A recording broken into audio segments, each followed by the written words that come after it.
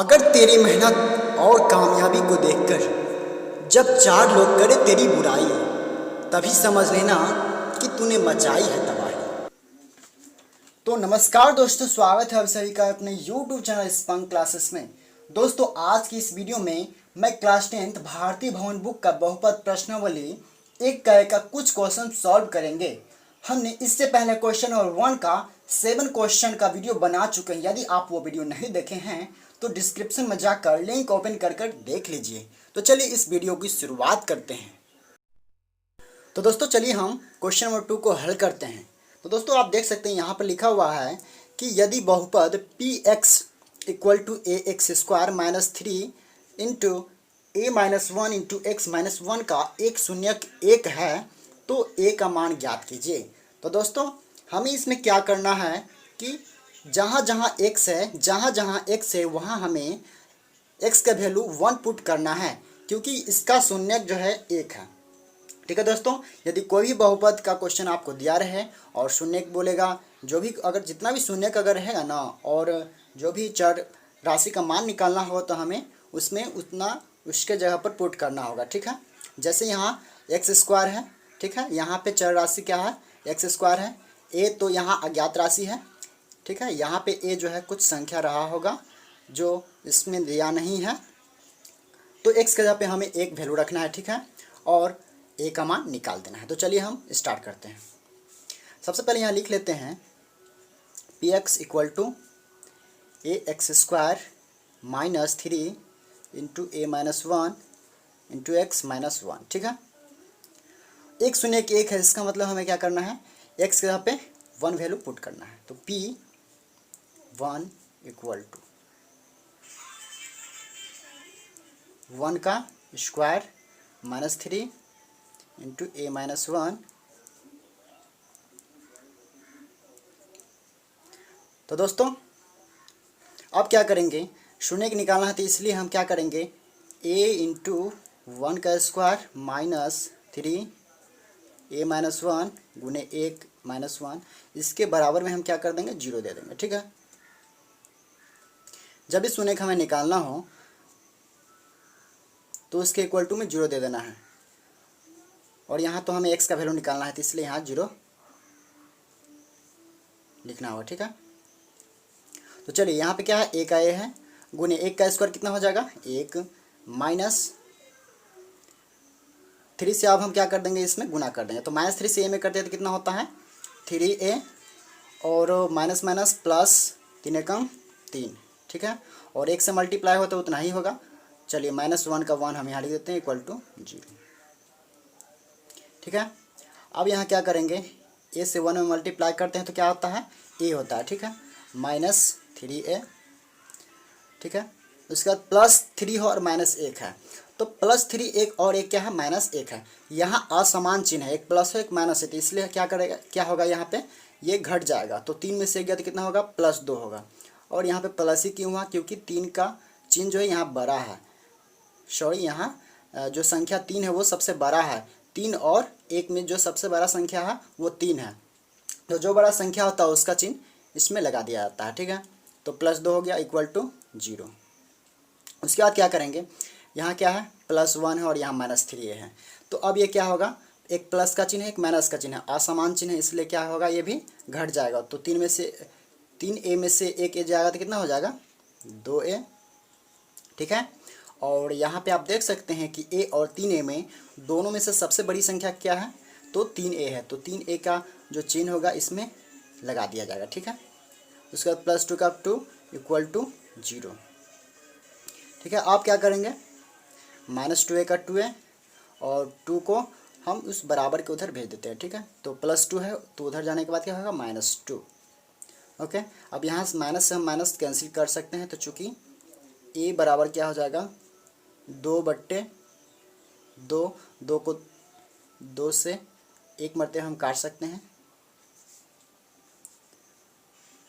इसलिए a बराबर कितना हो गया, 1 आंसर।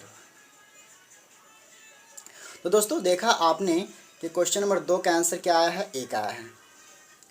तो हमें इसमें कुछ करना नहीं था, बस जहाँ जहाँ x था वहाँ वहाँ वैल्यू हमें 1 रख देना था और उसका कैलकुलेशन करने के बाद आपका आंसर प्राप्त हो जाएगा। तो दोस्तों हम आशा करते हैं कि ये क्वेश्चन आपको समझ में आ गया होगा। तो चलिए नेक्स्ट क्वेश्चन की तरफ बढ़ते हैं।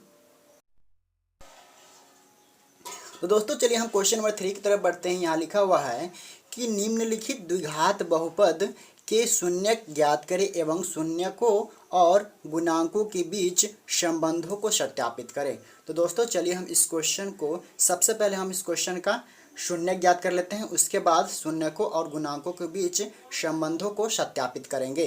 तो चलिए शून्यक को ज्ञात कर लेते हैं। तो शून्यक को ज्ञात करने से पहले हमें इसमें क्या करना होगा, इस क्वेश्चन में क्या करना होगा, तो इसके लिए हम क्या करेंगे, y² - 3 = हमें 0 देना पड़ेगा। ठीक है दोस्तों, तो सबसे पहले हमें क्या करना पड़ेगा, इक्वल टू में 0 देना होगा। जब भी हमें शून्य ज्ञात करना हो तो उसके इक्वल टू में 0 दीजिए। ठीक है आप, उसके बाद क्या करेंगे, यहाँ हम y² का y² और -3 को हम बराबर को उधर भेज देंगे तो क्या हो जाएगा, +3 हो जाएगा। ठीक है, उसके बाद आप क्या करना है, y का y और इस 3 को यहाँ लिखते हैं, और इसका स्क्वायर जो है, इसका स्क्वायर जब हट जाता है तो अगली संख्या में क्या हो जाएगा, रूट चला जाएगा। तो जब रूट जाएगा तो वहाँ प्लस माइनस आ जाता है। ठीक है,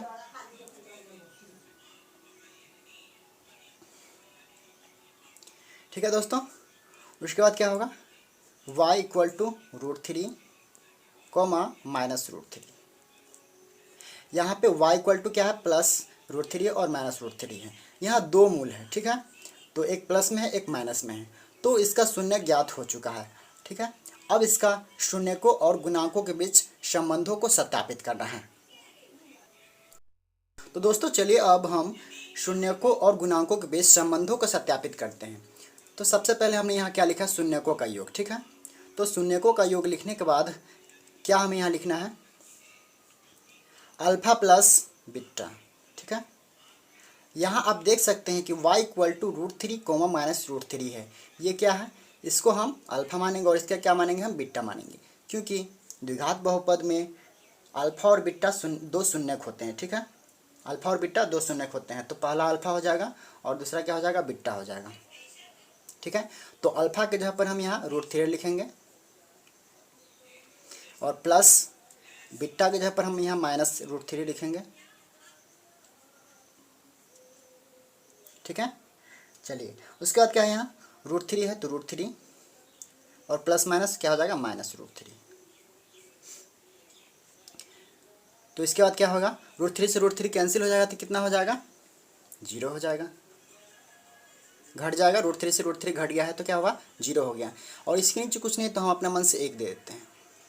ठीक है दोस्तों, अब हमें इनके बीच जो है संबंध सत्यापित करना है। तो यहाँ 0 है और यहाँ क्या है, इसके बट्टे में 1 है।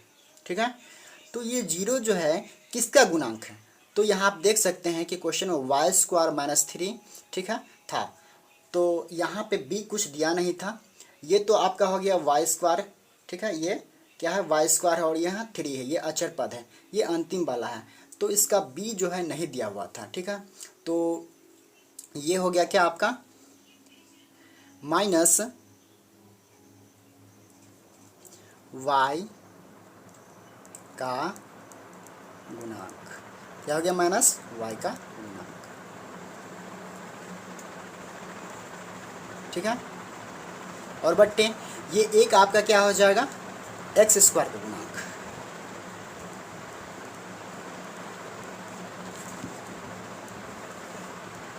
सॉरी, यहाँ y है तो y² का गुणांक होगा। तो दोस्तों देखा आपने कि ये 0 जो है -y का गुणांक है और एक क्या है, y² का गुणांक है। ठीक है,